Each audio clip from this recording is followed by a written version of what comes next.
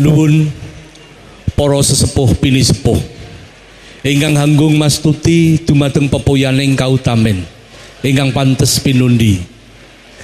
Para prayagung kagung miwah putri ingkang winengku ing pakurmatan.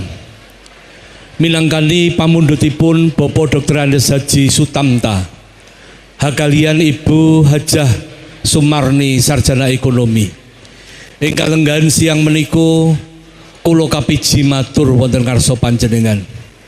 Saderengipun kula matur mugi wonten keparengipun panjenengan sedaya kula dherekaken hangunjukaken suka syukur wonten ngarsanipun Allah Subhanahu wa taala. Pangeran ingkang Maha Agung ingkang sampun paring kanugrahan dumateng panjenengan dalasan kula satemah ingkang lenggan siang menika kula lan panjenengan sedaya saged tetunggilan silaturahmi wonten ing wisma pahargyan kanthi wilujeng nirbaya niskala. Para tamu sedahan kakung miwah putri ingkang winengku ing pakurmatan.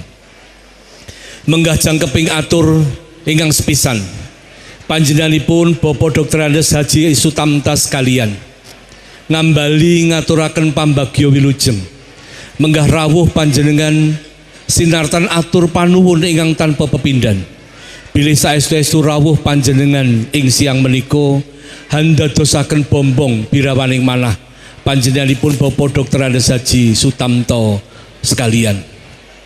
Menggah wigatos ing gati panjenengan dipun aturi rawuh wonten ing siang menika panjenenganipun Bapak Dr. Andes Haji Sutamta sekalian hanetepi darmaning sepuh mentas pitulus putra pawestrinipun inggih ingkang agekasih pun roro ajeng Nitaya Putri Nur Hidayati ingkang sampun kadhawuh kalian pun Bagus Muhammad Arsad Saifuddin putra kakungipun panjenenganipun Bapak Dr. Andes Parijo saha Ibu Sri Mulyani ingkang pidalem wonten ing Watu Burik Wonorejo Ngundang Rejo Karanganyar.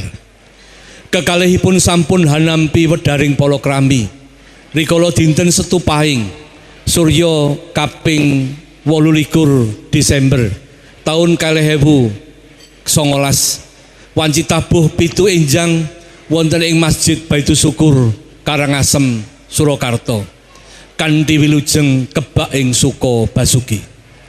Ingkang menika mugi wonten keparengipun panjenengan para tamu sedaya paring donga pangestu